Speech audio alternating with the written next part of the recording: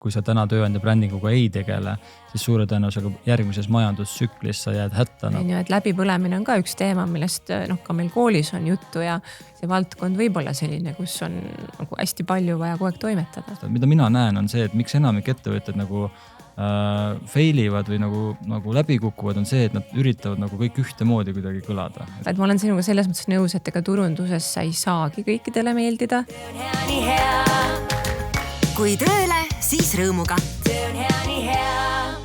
Tere tulemast kuulama järgmist CV.ee tööelublogi episoodi. Tänane episood keskendub tööandja brändingule ja sellele, miks üks tööandja võiks ikkagi mõelda natuke brändingu peale ja keda siis ikka külla kutsuda kui Avara ehk siis majandus- ja teeninduskolledži turunduse õppetooli juht Triin Rumm, kes peab ka podcasti Turundus taskus. On nii? Jaa, tere, rõõm siin olla. Räägime kohe konteksti andmiseks, et miks just majandus- ja teeninduskolledži turunduse õppetooli juht võiks olla see inimene, kes siin laua ääres istub ja seda teemat avab. Räägime sinu taustast. Ma saan aru, et tegelikult sina oled nii turunduse kui ka tööandja brändinguga aktiivselt ju oma elu jooksul tegutsenud ja tegelenud. On nii? Jaa, et enne kui ma sattusin siis meie kooli turunduse õppetooli juhiks, et siis tegelikult toimetasin ise aktiivselt turunduse ja kommunikatsiooni valdkonnas, et üle 10 aasta ja olen siis selle töö jooksul ka tööandja brändinguga kokku puutunud. Aga minu töö praegu on siis õppekavade arendus, mis tähendab seda, et ma pean ju väga hästi teadma, et mida üks turundusspetsialist võiks õppida ja värbamisturundus ja tööandja bränding on üks osa sellest.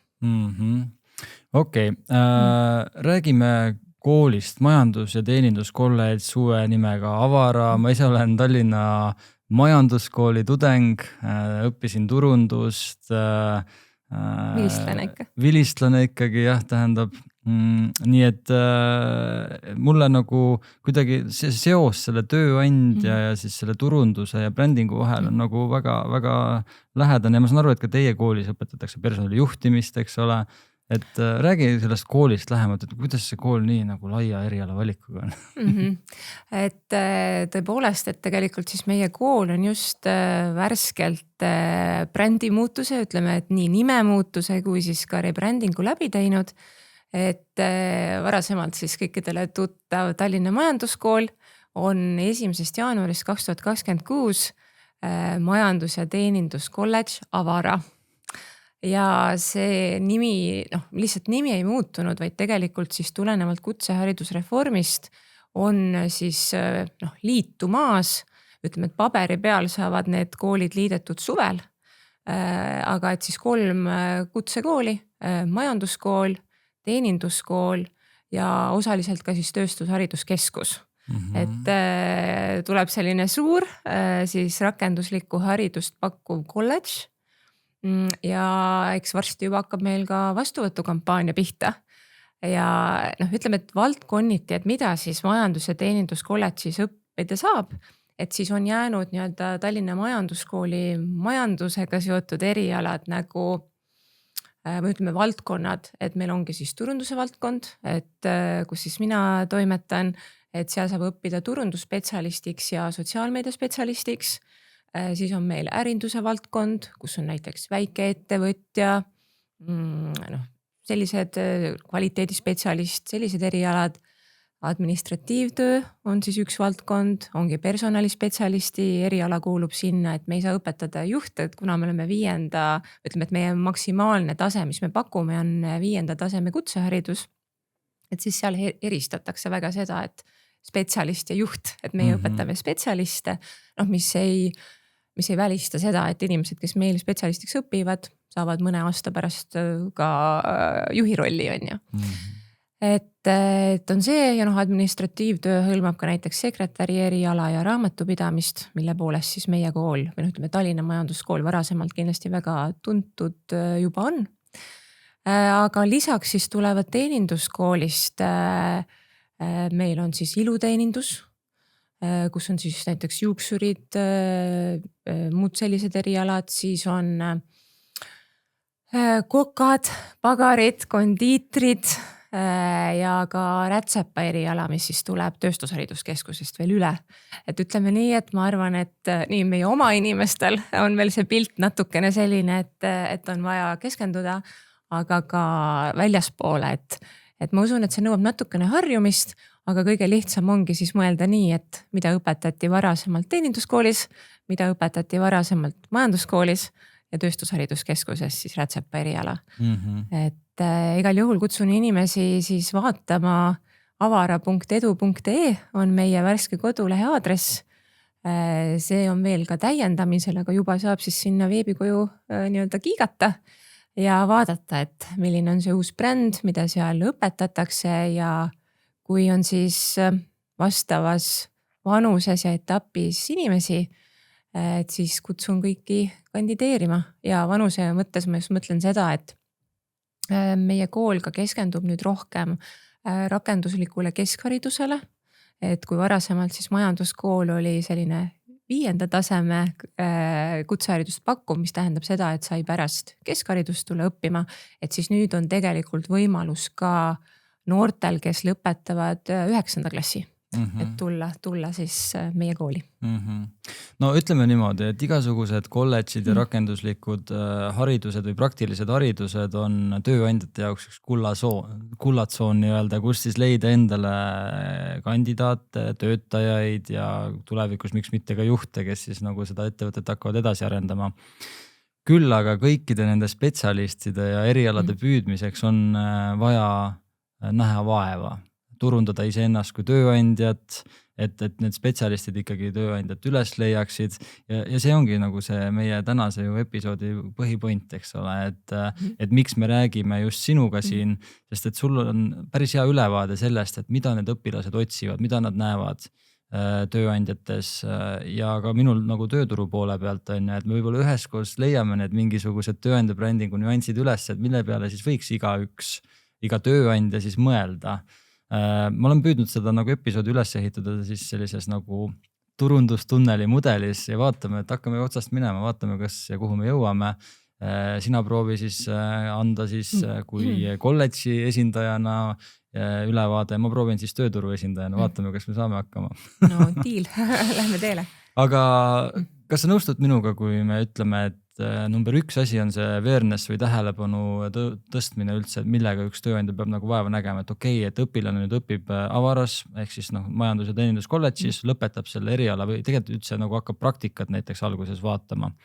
Et kuidas siis ikkagi nagu seda tähelepanu tõsta, mida mina näen on see, et miks enamik ettevõtted nagu failivad või nagu läbi kukuvad on see, et nad üritavad nagu kõik ühtemoodi kuidagi kõlada. Et kas sa saad aru, et õpilastel on nagu, nad teevad vahet, mis tööandja, kus on ja nii edasi või kas on probleem sinu arust? Vaata, eks siin on kindlasti ju see muu keskkond mängib rolli. Et ütleme, et praegu on selline aeg, et kus võib-olla tööandjad ei pea väga palju pingutama. Sellepärast, et näiteks eriti turundusvaldkond, et tegelikult turundusvaldkonna inimesi Eestis on üsna palju ja kui olen tuttavate käest kuulnud, et kui on värbamised turundusspetsialisti positsioonile näiteks, et siis tegelikult kandidaate tuleb üle 100. Et ja see on ka üks põhjus, et miks sügisest me oleme natukene vähendanud siis seda õppijate arvu. Et eks me peame natuke niimoodi turuga nii-öelda seda ühte jalga käima. Aga loomulikult on see, et kui ikkagi värbamist teha ja tahta neid kõige paremaid kandidaate, et siis on tarvis ju millegagi silma paista. Et siia selle saate jaoks ette valmistust tehes, et natukene vaatasin, et mis siis CV Online'is, mis töökuulutused on ja niimoodi, et mis siis on see, mida pakutakse. Ja eks seal on sellised asjad ka, et võib-olla mingisugused selline, mis läheb lisaväärtuse alla, on üsna sarnane, et mida see tänapäeva tööotsija tahab, on ju. Äge tiim, paindlik töö, kõik on sama. Toetav tiim on see, mida nagu tihtipeale öeldakse, on ju. Eks reaalsus selgub siis päriselt seal tööl olles. Aga näiteks on ju spordikompensatsioon, mingid tervisepäevad, tervisetoetus, arenguvõimalus ja puhkus on ju, et kas seal on siis see 35 päeva puhkust või natukene rohkem ja paindlik tööaeg, seda vist juba ütlesin, on ju. et ja noh, nii palju kui mina meie õppijatega olen rääkinud, ehk siis loomulikult on palk see, mis noori motiveerib ja ikkagi meie spetsialisti taseme õppija ka, et noh, on küsitud minu käest, et noh, et kui ma nüüd lähen esimesele töökohale näiteks turundusspetsialistina või sotsiaalmeediaspetsialistina, et palju ma peaksin palka küsima. Ja noh, kui ma seal olen noori võib-olla natukene toonud niimoodi maa peale tagasi, et noh, tihtipeale see esimene töökoht ei pruugi olla selline, millega sa saad kohe osta endale korteri või võtta laenu, on ju. Et eks ikkagi jah, nagu ootus on see, et tahaks 2000 eurot saada kätte. Ja noh, mis ei ole ju välistatud ka, eks see olenebki siis sellest tööandjast. Aga loomulikult on ka need ülesanded, et ütleme, kui me räägime turundusest, et siis ju palju on olnud teemaks see, et noh, näiteks võetaksegi tööle turundusspetsialisti, aga kui sa võtad töökuulutust, noh, see hõlmab kõike, et tahetakse, et inimene oskab disaini teha, et ta oskab hästi copy't kirjutada, et ta oskab sündmusi korraldada, noh, pildistada, videoid monteerida ja see on tegelikult kõik see, mida me meie õppekavades ka tegelikult õpetame. Aga noh, kui sul on näiteks 24 akadeemilist tundi videotund on ju, et siis eks seal on ikkagi see, et pigem inimene saab aru, et kas talle sobib see, kas ma tahan seda veel edasi praktiseerida, aga sa ei pruugi saada noh, kohe kõige paremaks sellel alal, aga vähemalt on sul need tööriistad olemas, sa tunned programme ja kui sa tööle lähed ja see on osa sinu ülesandest, et noh, sa saad sellega hakkama, aga jah, pigem jah, on see, et eks ta, et noored võib-olla valivad selle järgi ka, et mis on need ülesanded, et võib natukene hirmutada see, et noh, kui seal kõike tahetakse, on ju, et läbipõlemine on ka üks teema, millest noh, ka meil koolis on juttu ja püüame nagu ette valmistada ka psühholoogiliselt seda, sellepärast, et see valdkond võib olla selline, kus on nagu hästi palju vaja kogu aeg toimetada. No sinu sellest jutust tegelikult kaks asja, mida ma välja korjan kindlasti praegu on see, et sa mainisid seda, et noh, et ongi praegu tööandjatel on väga lihtne leida kandidaate, on ja aga tööandja brändingu peale peaks mõtlema ka sellistel nagu lihtsatel aegadel, on ja.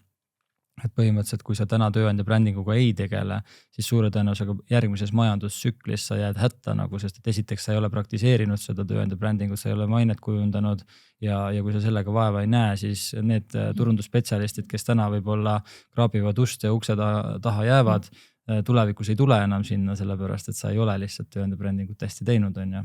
Ja teine asi kindlasti see nõudmiste teema, et noh, et tööandjad võib-olla mõtlevad, et nad saavad sellise ühe inimese näol mingi terve orkestri endale, aga nad ei mõtle selle peale, et okei, et mis see nagu reaalsus on ja kuidas need inimesed siis kõrvalt näevad seda ettevõtet, et noh, nad ju saavad aru, et järelikult see inimene on nagu ülekoormatud ja see ei mõju kindlasti tööandja brändile hästi, kui nagu minna nagu otsima inimest, kes siis kõike peab oskama, et kõik ju saavad aru, et see on ebarealistlik, et see on kaks varianti, et kas keegi valetab kuskil või siis nagu ma põlen suure tõenäosusega läbi, ehk siis see töökeskkond ei ole võib-olla kõige sõbralikum.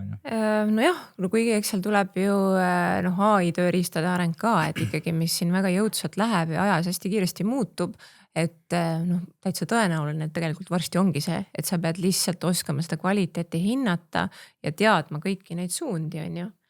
Aga jaa, et üks asi, mis ma siin saates kindlasti tahtsin öelda, on see, et no tegelikult ega turundus ja kui me võtame väiksemalt tööandja bränding, see ei ole selline asi, et nüüd me seda teeme, vaid kui sul on ettevõte, kui sul on organisatsioon ja seal inimesed ju kogu aeg igapäevaselt toimetavad, siis tegelikkuses tahes-tahtmata sa turundad ennast tööandjana. Ehk siis, et noh, minu kogemusel on küll nii, et turunduse kõige olulisem osa on see, et ikkagi need päris teod on need, mille mõju on kõige suurem. Et kui sa räägid, et sul on toetav õhkkond ja see päriselt nii on, et siis see levib ka nagu ilmselt suusõnaliselt, et alati ju iga ettevõtte töötaja on tegelikult siis selle ettevõtte turundaja, eriti mis puudutab nii-öelda tööandja brändingut. Et kuidas seal see töö ja tingimused on ja noh, üks lugu näiteks, et ma ei hakka nimesid nimetama, aga üks Eesti edukas ettevõte, mul ei ole nendega väga palju kokkupuudet, aga kui ma kuulen ühelt tuttavalt, ja teisel tuttavalt, et nad on hiljuti tulnud sealt töölt ära, sest nad on läbi põlenud. Ja kuidas on see töökultuur, on ju, et siis tahes-tahtmata nende lugude põhjal kuidagi nagu formuleerub siis minul see arusaam ja võib-olla ma ei taha sinna tööle minna, on ju. Aga mis sa arvad, miks see nagu selline, kui tervikuna vaadata seda, et need sõnumid on nagu väga ühesugused, on ju? Mis sa arvad, et mis see põhiline põhjus on, kas me päriselt tahamegi saada sellist mitmekülgset inimest või me lihtsalt nagu kardame välja öelda ja kardame fokusseerida ennast ühte kohta, et kuidagi nagu mingisse raami mängida või? Et tegelikult nagu see turunduse kontekstis ju see täpselt sihitud sõnum on kõige parem sõnum, et sa ei saa nagu alati võrguga püüda, sa pead ka nagu õngega püüdma vahepeal asju, eks, kaasa arvatud kandidaate ja töötajaid, eks. No seda küll, aga eks seal on võib-olla see, et ei ole täistööd. Ütleme niimoodi, et oleneb ju ettevõtte suurusest, aga kui mul on tarvis turundusspetsialisti, siis tõenäoliselt mul ei oleks niimoodi, et mul ei ole täistööaega seal videograafile või sotsiaalmeediaspetsialistile või eraldi ka kommunikatsioonispetsialistile.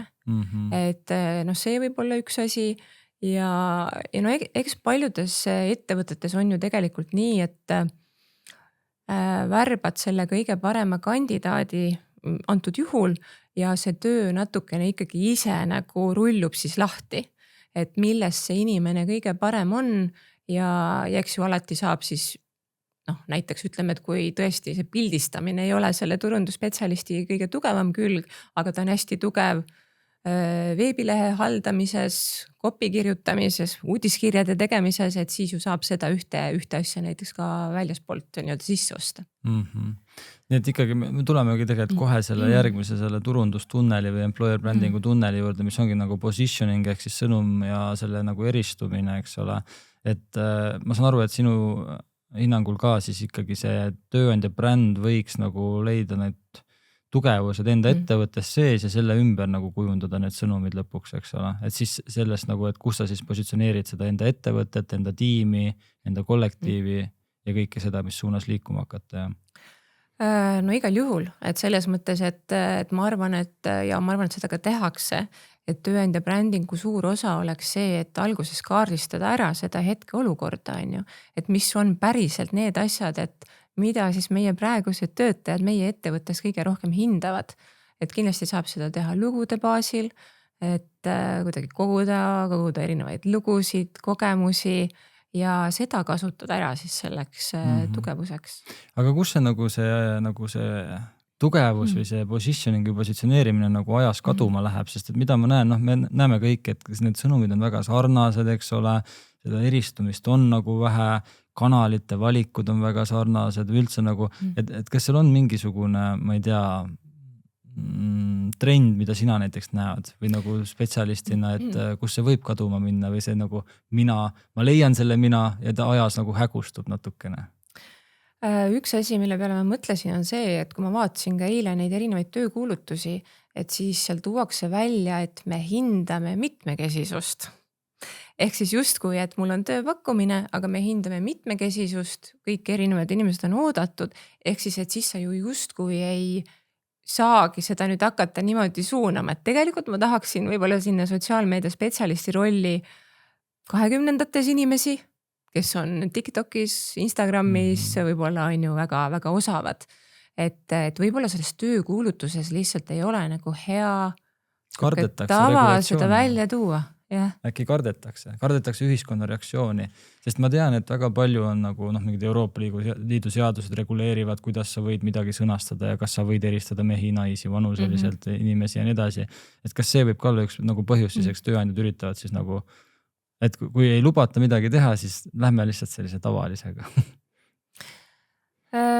Jah, seal võib küll olla see, et ei taheta siis lihtsalt nagu nii kitsalt öelda, et keda me sinna otsime, aga tegelikkuses mina usun, et näiteks selle töökuulutuse kujundusega sa saad ikkagi nagu suunata seda, sellepärast et turunduses on vana tõde see, et keda sa kasutad seal reklaampildil, kes on see inimene, on ju, et ikkagi ju see samastumine toimub meil nii, et ma näen visuaali ja kui seal visuaalil on ütleme 40+ naisterahvas ja ma olen ise 25-aastane, et siis võib-olla ma ei tunne seda klikki kohe, on ju.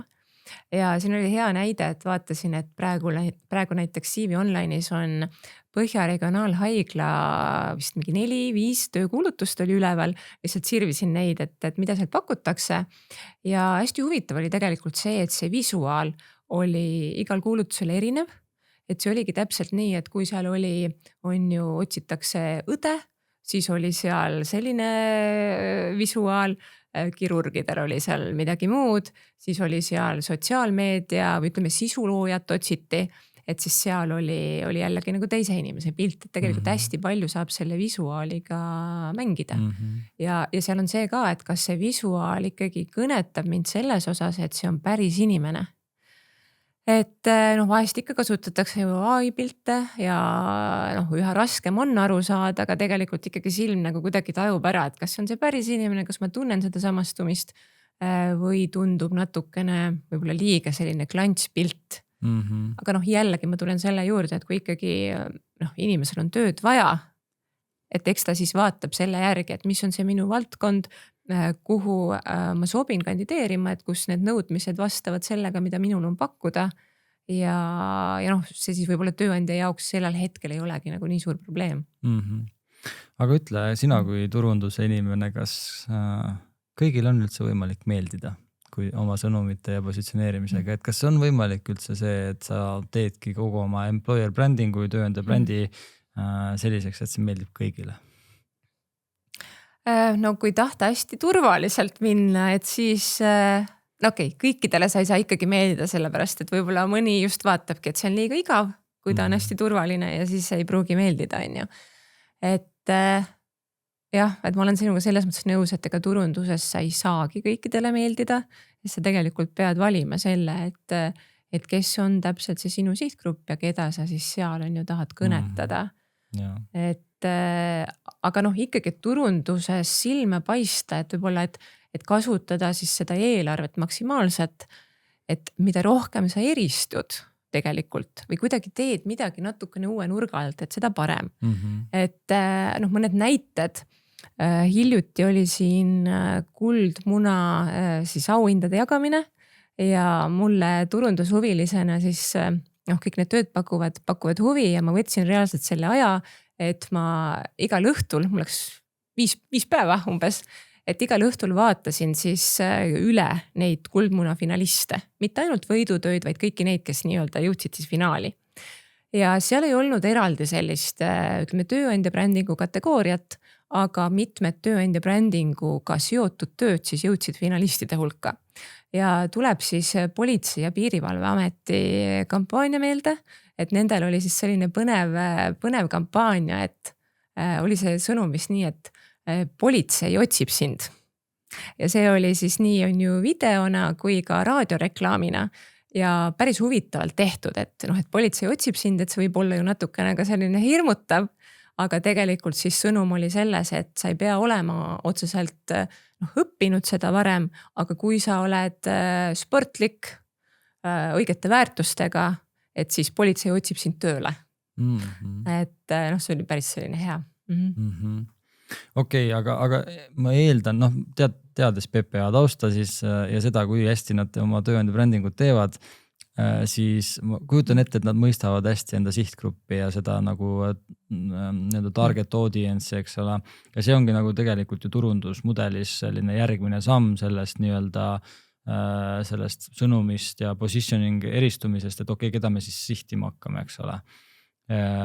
Kas sinu hinnangul ettevõtted üldse saavad aru, keda nad sihivad, sest näiteks kui mina teen hommikukohvisid personali inimestele ja HR inimestele ja räägin seal näiteks mingisugusest võimalusest, kuidas sa saad sihtida erinevaid, nagu et inimene on nagu tööotsija on rahakoguja või tööotsija on nagu vabaduse nautleja või karjääriotsija, karjääripüüdleja või siis sotsiaalne hoolija, et meil on tegelikult nagu lisaks sellele, et meil on nagu ekstravert ja introvert on ja töökas inimene, vähem töökas inimene, meil on nagu nii palju selliseid nagu sihtgrupi mõistmise viise, et see, kuidas sa enda jaoks seda nagu mõtestad. Kui sa vaatasid, tegid seda taustatööd natuke, et kas nad mõistavad seda, kes nende sihtgrupp on? Kas see kuidagi peegeldus sealt läbi nendest töökuulutustest või näiteks sinu kogemusel, kui sa näed nagu tervikuna või räägid oma noortega majandus? See on hea küsimus selles osas, et tegelikult ju kui me räägime näiteks on ju turundusspetsialist, et ja kui ma tõesti tahan, et see turundusspetsialist teeb seal selliseid ülesandeid, mis nõuavad avalikku esinemist, natuke sellist ekstravertsemat lähenemist, aga samas ma tahan, et ta pööraks tähelepanu detailidele, oskaks seal tekste kirjutada, kujundada, et siis et võib-olla ma siis ei saagi seda nagu nii täpselt nagu raamidesse panna, et millised need teatud omadused peavad olema.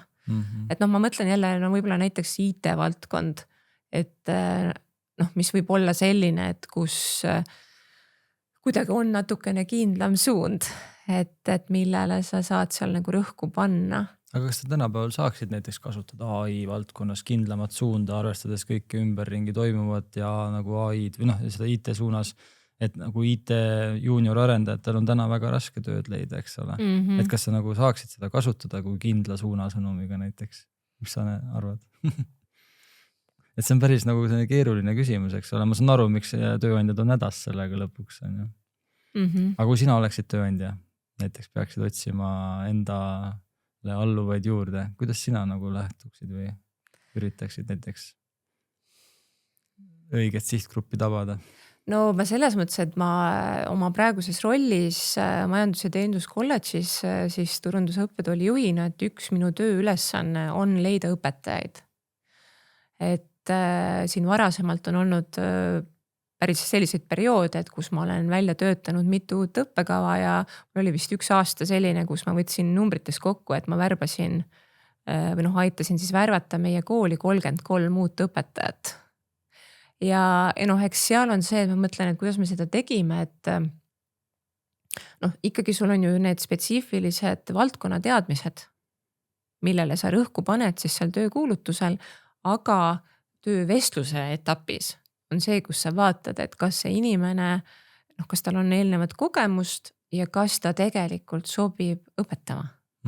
Et võib-olla ikkagi on lõpuks see, et töövestlus on see, kus me saame hinnata rohkem siis neid isikuomadusi, aga loomulikult see eeldab seda, et mul endal või värbajale endal peaks olema see siukene mingisugune list, et mis on see number 1 omadus, mis on kõige olulisem, et mida ma tegelikult otsin. Et võib-olla see esimene etapp on ikkagi valdkonna teadmised ja siis pärast sa hakkad vaatama, et võib-olla seal on lihtsalt see vastus, et sellepärast ka ei kitsendata nagu nii palju seda sõnumit. Aga kui sa mõtled näiteks Avara peale või siis Tallinna majandus- ja teeninduskolledži peale, eks ole, te värbate ju ka noori või tegelikult jällegi on see küsimus, et okei, et kool peab ju leidma endale need, kes õpivad koolis. Kuidas te nagu lähete ja sihite, kas te teete näiteks noorematele mingisugused erinevad sõnumid, vanematele teistsugused sõnumid või te ka üritate kuidagi nagu ühe sõnumiga minna ja siis püüda neid sihtgruppe kõnetada? Mis teie strateegia on? No kui sa nüüd vaatad seda Avara uut brändi, et mis mulje sul jääb, et keda see bränd tahab kõnetada, et meie uued värvid on sellised, ütleme, et väga värviline on see uus bränd, ehk siis ta on ikkagi üsna selgelt rohkem suunatud sellele nooremale õppijale. Ehk siis on ju 16, 17, 18, aga ka natukene vanemad.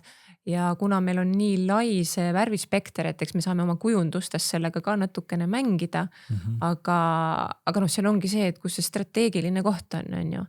Et kui on rohkem ikkagi nüüd rakendusliku keskhariduse pakkumise peale suunatud, see meie õpingud, et siis on ju selge, et kõige rohkem tahad kõnetada neid noori ja siis mängida seal kuidagi nende värvidega, et. Nii et ikkagi tööandjatele, kes täna kuulavad ja employer brandingust või tööandja brandingust tahavad rohkem teada saada, siis üks nagu viis on ikkagi värvide ja visuaalse poolega mängida. Lisaks sellele, et sa mängid selle teksti ja copy poolega, eks ole, sa tahad mängida ka värvide visuaalidega.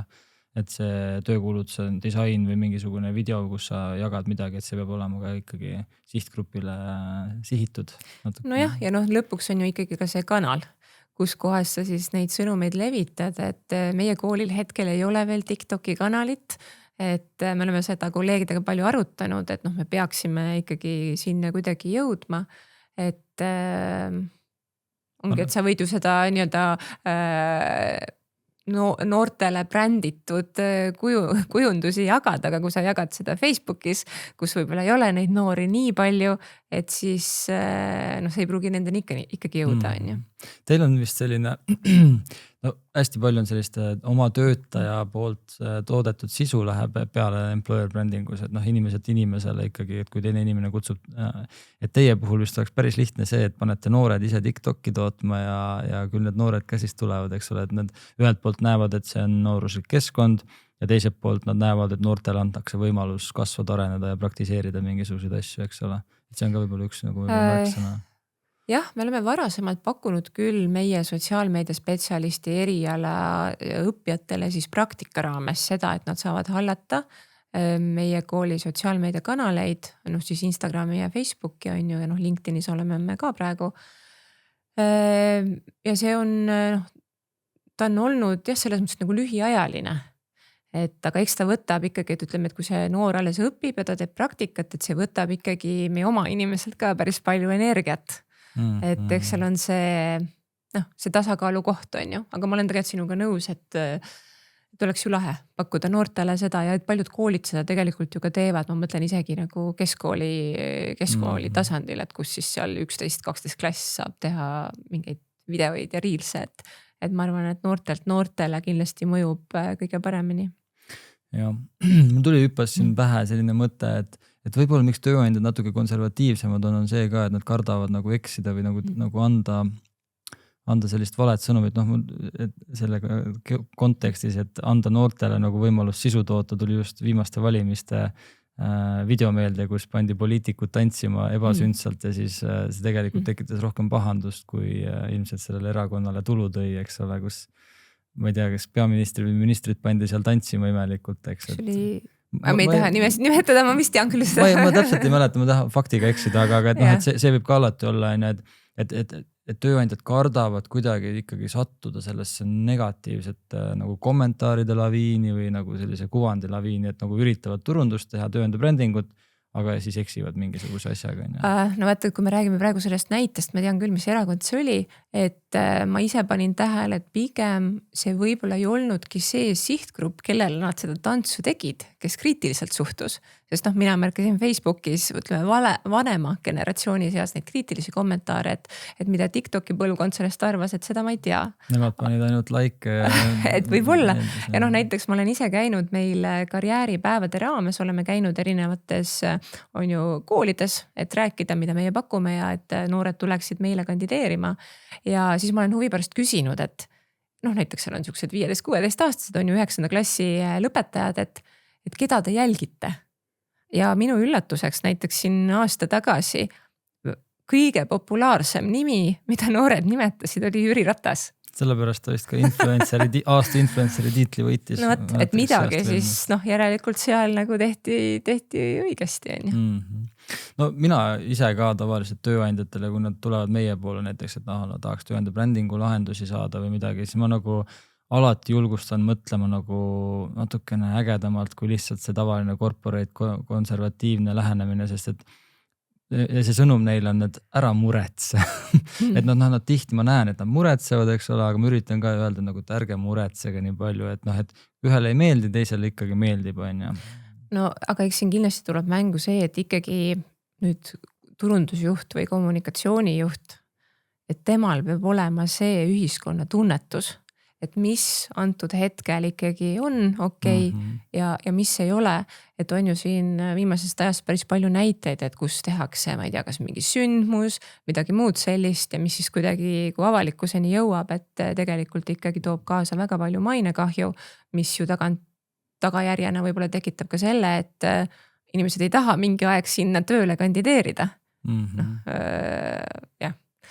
Et aga mis ma tahtsin selle tööandja brändingu kohta veel kindlasti ütelda on see, et minu meelest väga hästi töötab ikkagi see, kui on ettevõtte enda sees siis need nii-öelda brändisaadikud, et kas see on nüüd niimoodi teadlikult kujundatud programm või siis on inimesed lihtsalt, et kes ongi võib-olla ekstravertsem, kes tahab seal LinkedInis ja teistes sotsiaalmeediakanalites rohkem jagada enda tööelu.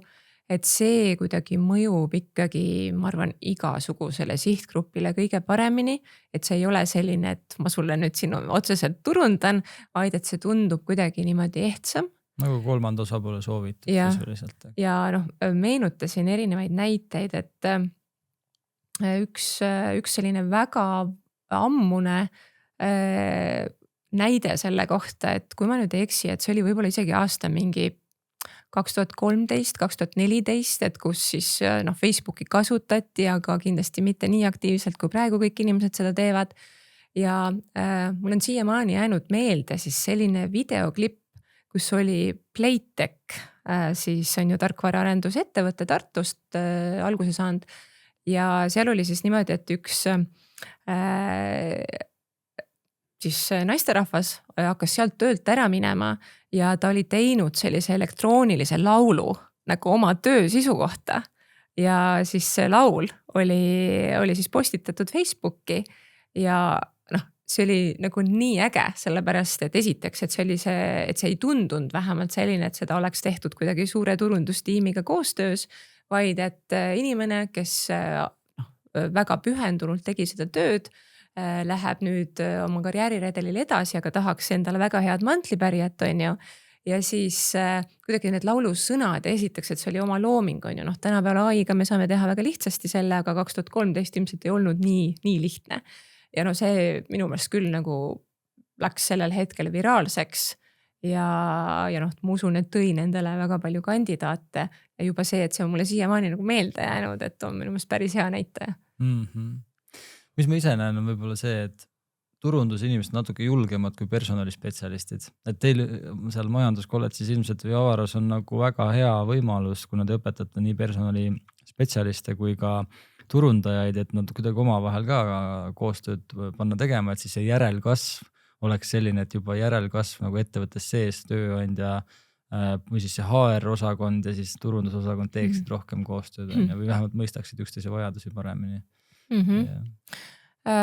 Ja et vaatasin ka mälu värskendamiseks üle meie kooli õppekavad, et siis personalispetsialisti ja turundusspetsialisti ja sotsiaalmeedia spetsialisti oma ka, et meil on tegelikult ka juba õppekava tasandil värbamisturundus, tööandja bränding, et on täitsa seal mitme EKAP-iga sees, on ju. Et maht on päris korralik. Et ma usun, et see juba aitab siis selle õpingute faasis kuidagi teha mõistetavaks seda. Aga loomulikult on seal see, et kes siis nüüd rohkem vastutab. Ütleme, et kui tehaksegi niisugune tööandja brändingu kampaania, et kes on seal olulisem, kas personalijuht või turundusjuht, et nad koostöös on ju, peavad selle asja ellu viima, aga kes rohkem saab otsustada? Mis sina arvad, et kummale peaks seal niisuguse nagu lõppsõna andma? See on väga raske küsimus, ma arvan, see on natuke nagu muna ja kana küsimus. Ütleme niimoodi, et tööandja bränding ilmselt on nagu midagi enamat kui lihtsalt turundus, et mina nagu võib-olla lõiguks selle asja kaheks. Et see, mis me nagu, mida me elame ja mis me majas sees teeme ja millised inimesed meil on, eks siis see inimeste pool võiks olla siis personalijuhi otsustada, sest et tema näeb seda paremini. Ja siis võib-olla siis selle turundusjuhi ülesanne võiks olla kujundada sellest nagu sisendist õige siis lõpp-produkt. Et mina näen seda kombinatsiooni nagu kuidagi niimoodi. Ja samas nagu turunduspool siis peaks olema selline, et ta nagu ei võta seda nagu sisendit kui nagu ebakvaliteetset sisendit või nagu sellist nagu halba sisendit, vaid nagu sisendit, millega me mängime, need on meie kaardid, millega mängime ja siis üritame nüüd siis minna ja seda kuvandit luua. Ma ei tea, mina kuidagi näen seda niimoodi ja üks ei saa ilma teiseta, eks ole. Et turundus ei saa nullist minna sõnumeid looma, sellepärast, et siis see ei vastu nendele samadele kriteeriumitele ja ootustele, mida siis need tulevased töötajad nagu tegelikult näevad ja ootavad ja nad väga kiiresti saavad aru, et see ei ole päris nii, mida siis kuvati neile. Et see nagu siis rohkem võib-olla ilusaks maalitud pilt nii-öelda turundajate poolt. Ma ei tea. võib-olla niimoodi. Jah, ma olen sinuga selles mõttes nõus, aga kui mõelda, et kuidas, ütleme, et kui organisatsioon on üsna suur, et kuidas seal see värbamisprotsess käib, et siis tegelikult ju antud valdkonna juht, kuhu on tarvis uut töötajat, see võib olla mis iganes valdkond, üldse ei ole turundus ega personalitööga seotud, on ju. Et tema ju annab selle algse sisendi, et milline on see inimene, et keda temale sinna tiimi on tarvis. Ja siis personalitöötaja ja ka turundustöötajad peavad siis ise vaatama, on ju, et mis küsimusi on võib-olla vaja juurde küsida, kus kanalitest selliseid inimesi leida, kuidas seda töökuulutust üles panna. Et eks seal isegi tuleb mängu tegelikult see nii-öelda see otsene juht, et kes oma tiimi siis seda kolleegi otsib. No ma näen väga palju sellist asja, kus personaliosakonda nagu ei usaldata turundajate poolt või kuidagi nagu personaliosakond ütleb, et nad peavad kogu aeg kõike läbi nagu turundusosakonna küsima ja kõik asjad peavad läbi selle käima, eriti nagu suuremates ettevõtetes on ja. Mis on tegelikult see koht, kus nagu ma näeks, et võib-olla, et kui reeglid on paigas, siis turundusosakond ei peaks ka liiga palju muretsema võib-olla sellepärast, aga ma ei tea, eks see on siis nagu iga ettevõte toimib nagu erinevalt. Aga ka see on nagu koostöö nagu, et ikkagi üks ütleb, et üks vastutab selle eest ja teine selle eest, et võib-olla päris nii ei tohiks olla, et see peaks olema rohkem nagu kattuvaid nagu alasid. Ma usun küll jah, et koostöö, aga kui ma mõtlen enda varasemale töökogemusele ja ka praegu, kuidas meil Avaras on, et siis minu meelest on ikkagi enamasti nii, et ütleme turundustiim disainib selle mingi töökuulutuse põhja. Ja siis on tegelikult ikkagi personali inimene see, kes siis seda põhja täiendab vastavalt sellele. Ja et kes siis seda kuskile jagab, et tihtipeale on ikkagi nii, et näiteks CV Online'i paroolid on personali inimese käes ja siis kui personali inimene on selle töökuulutuse sisu sinna pannud, ära kujundanud, et see näiteks jagatakse turundusinimesele, kes saab siis kodulehele panna sotsiaalmeediakanalitesse ja nii edasi on ju. Aga üks võib-olla kogemus selline minu enda varasemast tööelust, mis mul kuidagi meelde tuli, et varasemalt ma siis töötasin Tallinna Sadamas ja see oli väga selline põnev töö, seal küll ei olnud neid värbamisi väga tihti, aga Tallinna Sadama tütarettevõte on siis TS Laevad, mis toimetab parvlaevaliiklusega siis Eesti mandri ja suursaarte vahel ja seal oli sellist hooajalist tööjõudu, enne suve on ju tarvis värvata päris palju. Ja üks enne kui ma veel seal olin, üks hiljutisemaid selliseid projekte oligi siis tööandja bränding ja me tegime seda siis Instariga koostöös, mis on ju Eestis üsna tuntud tööandja brändingulegi keskendunud agentuur. Ja see oli nagu hästi huvitav, et ikkagi see oli justkui personali inimene andis on ju sisendi, aga lõpuks ikkagi kogu see selline kampaania ja need olemasolevate töötajate päris lood, et see oli justkui siis minu vastutada.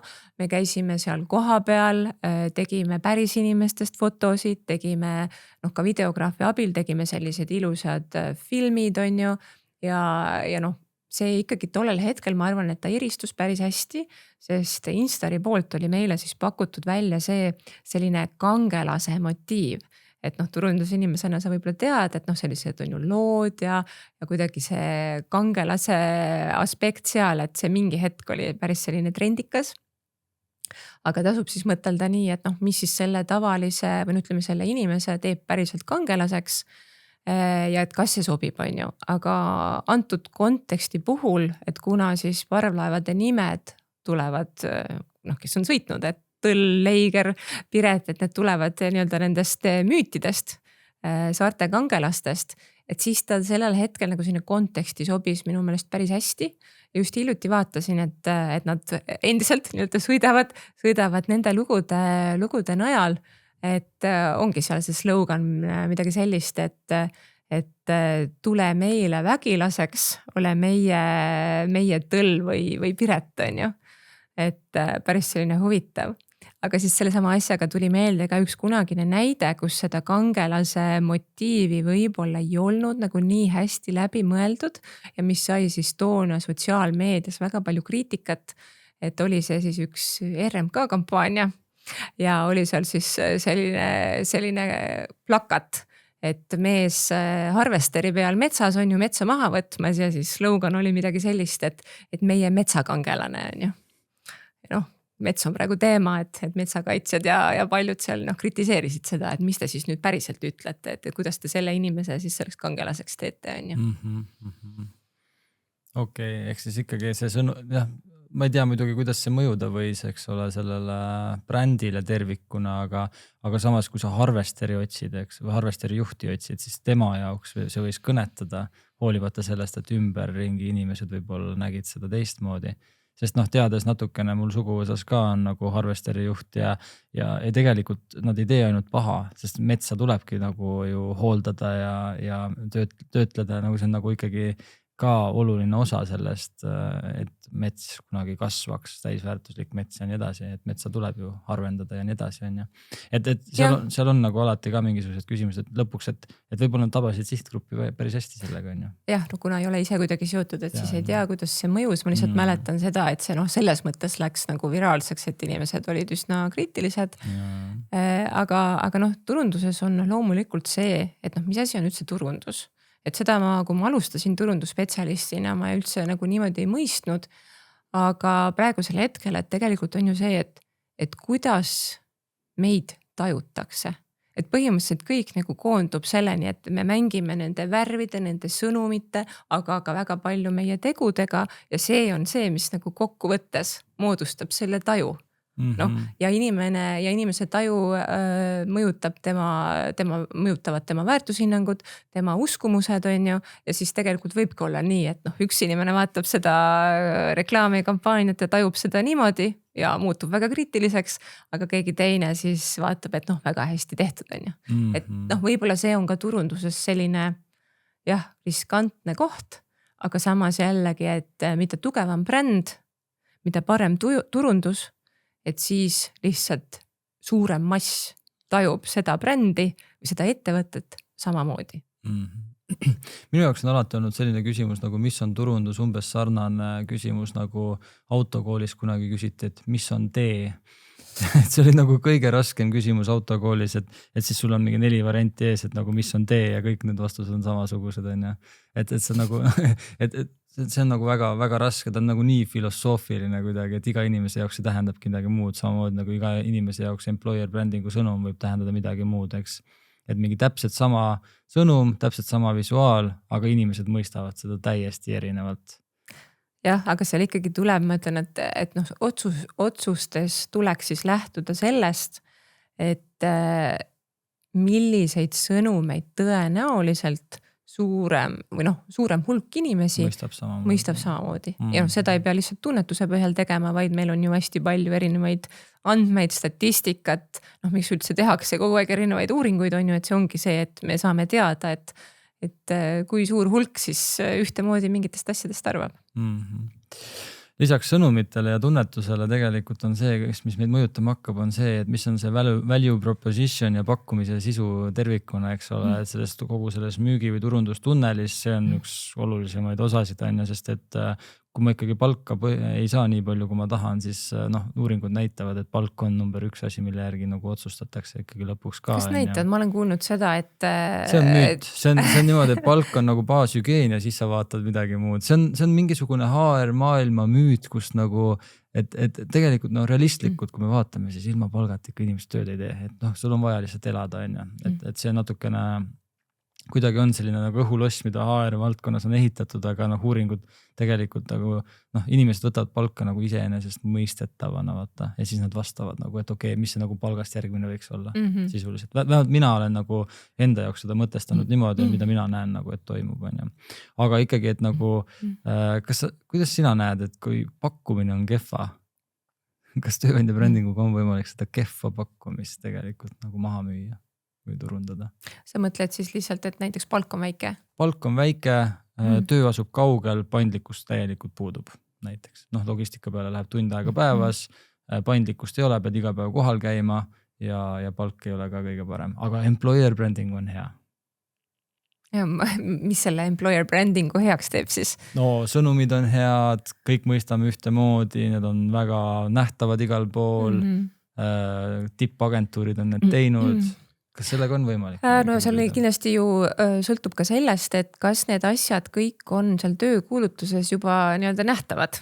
Et ilmselt kui see palk ei ole nii hea, et siis ju praegu ei pea veel sinna panema seda palganumbrit ka peale, et siis võib lihtsalt juhtuda see, et tuleb palju kandidaate, aga see värbamise protsess läheb jube pikaks. Et kui need päris tingimused on nii-öelda laual, et siis inimesed võib-olla mõtlevad. Nad ei konverteeru töötajateks sisuliselt, eks ole. Ja. Või siis on lihtsalt see, et tööjõu voolavus on hästi suur, et inimesed pikka aega lihtsalt ei püsi, on ju. Aga iseenesest, et kui saaks anda mingi soovituse, et pigem siis lisada antud juhul ikkagi mingisugune väärtus juurde, et võib-olla tehagi siis paindlikumaks, et kui et tänapäeval ju ikkagi see kodukontor on väga, väga tavaliseks saanud juba, et osaliselt kas või siis seda kodukontorit, et see inimene ei peaks sõitma kogu aeg, et nädalas 2 päeval võid ju sõita, aga igapäevaselt väsitab ära, et. Aga ma ikkagi sinu jutust natuke jääb kõlama see, et kui ikkagi see pakkumine on kehva, siis pigem sa peaksid keskenduma sellele, et nagu pakkumine paremaks teha, mitte nagu employer brandingule. Jah. Et see on ikkagi see sõnum, eks ole. Jah, et mina väga usun ikkagi seda, et sa nagu lihtsalt turundusega ei saa lõpuni midagi ära teha, et ka päris teod, see päris sisu peab minema turundusega kokku. Et alati turundusega me saame välja tuua neid häid külgi, seda olulist väärtuspakkumist on ju, aga nad peavad ikkagi kokku minema. Ja lõpuks see järgmine tegelikult aste seal tunnelis olekski conversion või kandideerimine ja see kogemus, see kandidaadi kogemus, et mis ta siis saab, eks ole, et isegi kui sa selle nii-öelda conversioni kätte või konverteerumise kätte saad, et sa saad ta töötajaks, ta läheb väga kiiresti ära, eks ole, nii-öelda bounce rate läheb ülesse. Ehk siis tegelikult nagu pakkumine peab ka hea olema, et laias laastus ainult brändingu ja turundusega on väga raske. Jah, aga jällegi, et mis teeb selle asja keerulisemaks on see, et inimesed on ju ikkagi erinevad.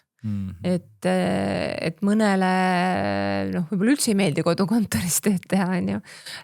Või siis muud moodi, et mõnele just meeldib see, et on üsna pingeline, on ju, et ma ei saa nagu, et mul ei ole igav. Et jah, ütleme, et tööinimestega võib-olla see teebki keeruliseks, et inimesed ikkagi mingis mõttes on erinevad. Okei, aga lähme järgmise selle sammu juurde, selleks on näiteks mõõtmine. Kuidas sina mõõdaksid tööandja brändi?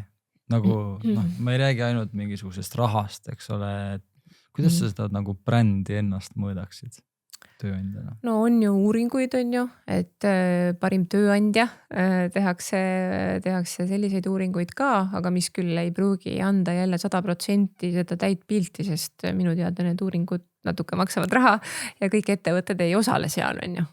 No seal on kvalitatiivsed ja kvantitatiivsed erineval kujul, et siis, aga ütleme neid endale meelepäraseid valida ilmselt.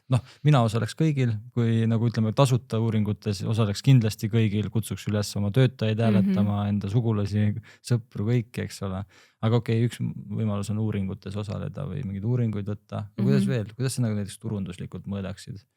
Ikkagi ka seda huvi siis, et kui sul ongi, et paned töökuulutuse üles, et palju tuleb kandidaate, kui see on sinu enda kodulehel, palju on seal kodulehel neid vaatamisi, midagi sellist on ju.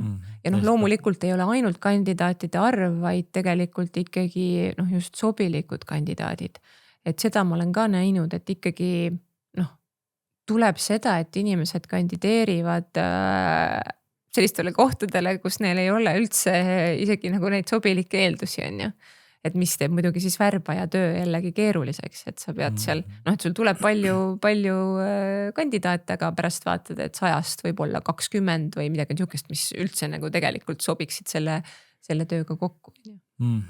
Aga kui sa vaataksid nagu brändigraafikut tervikuna, et kuidas meie bränd ajas muutunud on, et tööturg võib muutuda, on ju, et sul majandustsüklid muutuvad, see võib mõjutada kandideerimiste arvu näiteks, on ju, see võib mõjutada mingisuguseid nagu selliseid statistilisi näitajaid tervikuna, on ju. Aga kui sa vaataksid nagu brändi tervikuna läbi näiteks 10 aasta, et kas me oleme head tööd teinud, kuidas sa seda hindaksid näiteks turundajana?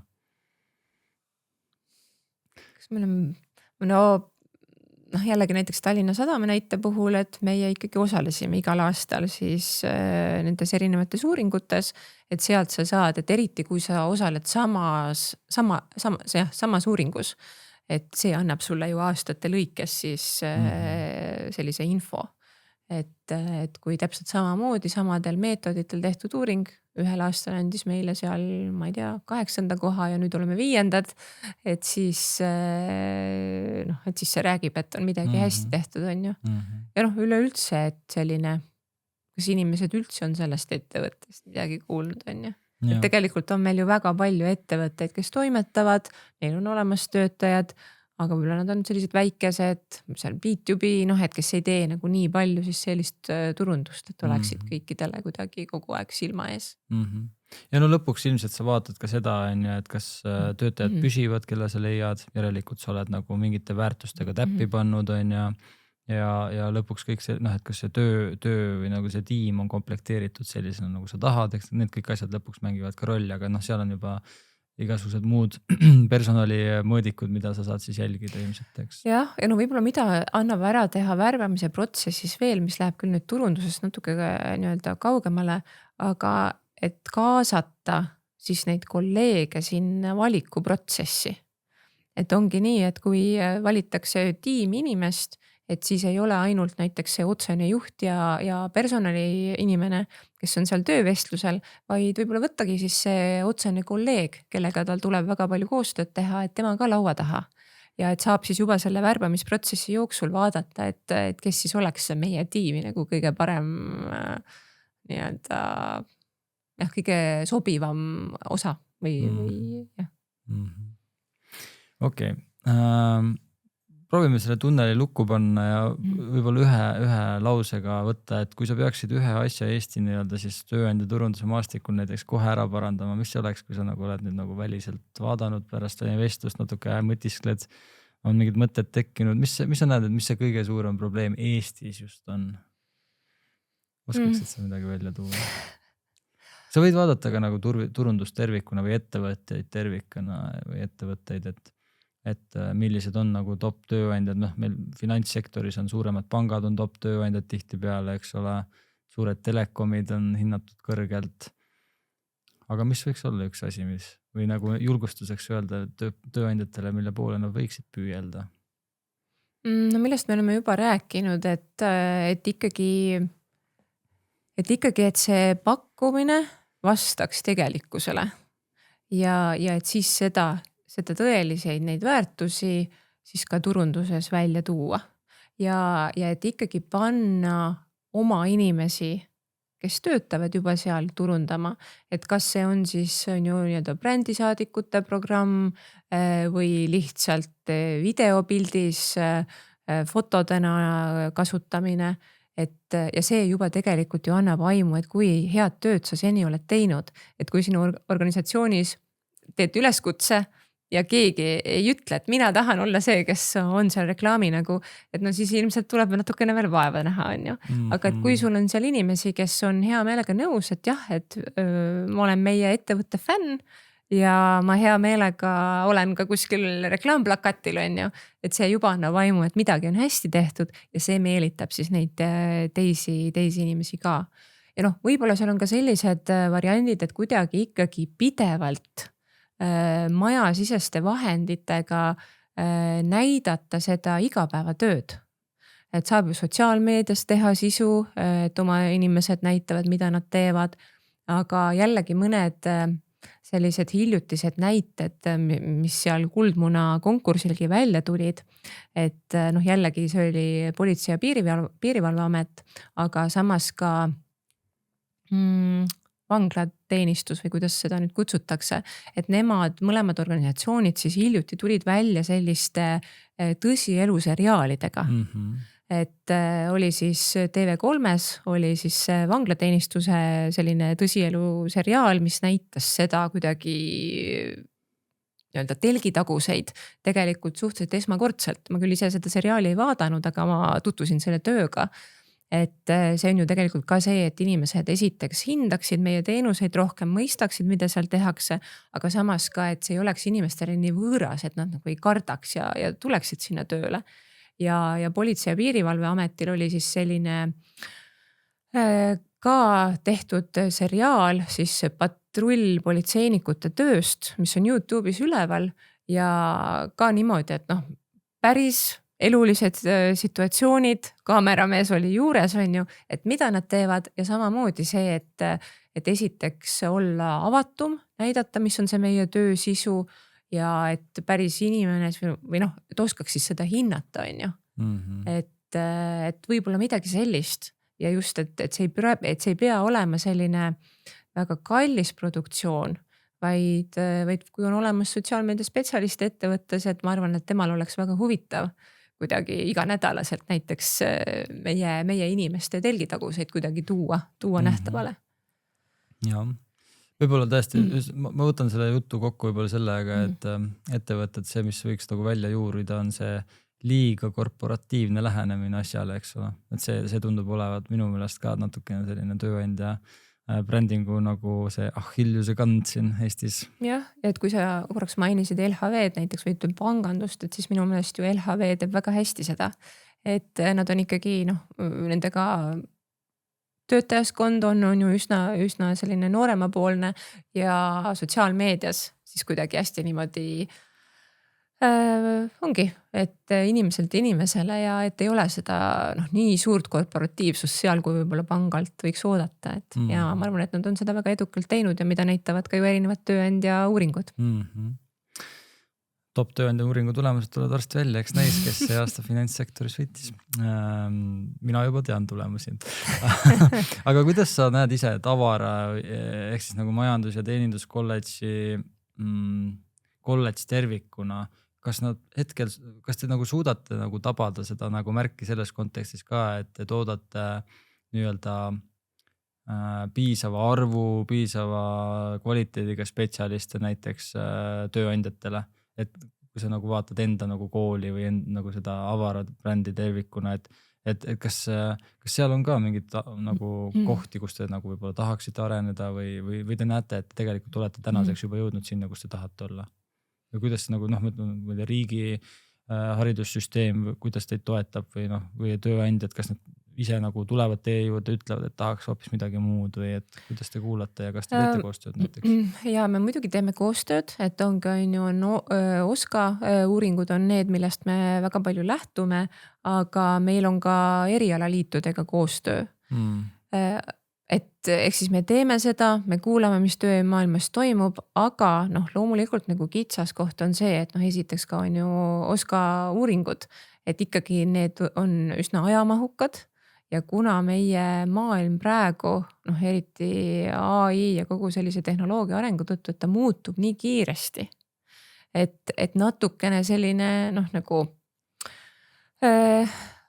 mingi aeglus on nagu sinna sisse kirjutatud. Aga ja samas ka see, et kui me räägime näiteks tasemeõppest, et siis ikkagi, et kui ma tahan turundusspetsialisti tasemeõppe õppekava muuta, ma ei saa seda nagu nipsust kogu aeg teha, vaid et ma saan seda teha on ju siin niimoodi aasta alguses, et kevadel siis haridusministeeriumisse seda esitada, nemad peavad selle kinnitama ja see siis jõustub niimoodi, et need, kes siis sügisel alustavad õpinguid. Ehk siis, et seal on ikkagi tahes-tahtmata selline natukene bürokraatiat seal sees, aga ega seda nagu muud moodi ei saaks teha. Ja teisalt ongi siis see, et inimene, kes on minu positsioonis, olenevalt siis on ju õppekavast, et see inimene peab olema niimoodi silmad lahti tegelikult. Et ise märgata, et mis on need olulised arengud siis selles valdkonnas ja kogu aeg ise niimoodi proaktiivselt siis ütelda, et me tegelikult ja rääkida ka siis tööandjatega, ettevõtetega, et mis te arvate, et mulle tundub, et näiteks selline teema oleks vaja sisse lisada, see on natukene juba iganenud, on ju, et näiteks turundusspetsialisti õppekavast rääkides, et mida sa ju ise ka oled lõpetanud, et siis siin aasta tagasi sai tegelikult meie koolis siis turundusspetsialisti ja sotsiaalmeedia spetsialisti õppekavad täiesti uuendatud ja ma tõin sinna sisse siis Google reklaamide osa, metareklaamide osa, podcastide osa, kõike seda digiturundust, meil on eraldi AI osa nagu integreeritud erinevatesse õppeainetesse, et seda kõike me saime teha, aga samas siis nutikas see õppekava arendaja peab ka selle sõnastama niimoodi, et sa ei sõnasta seda nagu täitsa kinni selles mõttes, et võib-olla ei peagi seal mainima näiteks, et meil on siin sotsiaalmeedia, et värbamisturundus LinkedInis, et võib-olla mõne aasta pärast on mingi muu kanal. Ma ei tea, kui tõenäoline see on, aga et lihtsalt, et sa paned selle raami paika, aga jätad sinna natukene seda arenguruumi, et sa ei pea hakkama kohe seda õppekava dokumenti uuendama, kui seal sisuliselt mingisugused arengud toimuvad.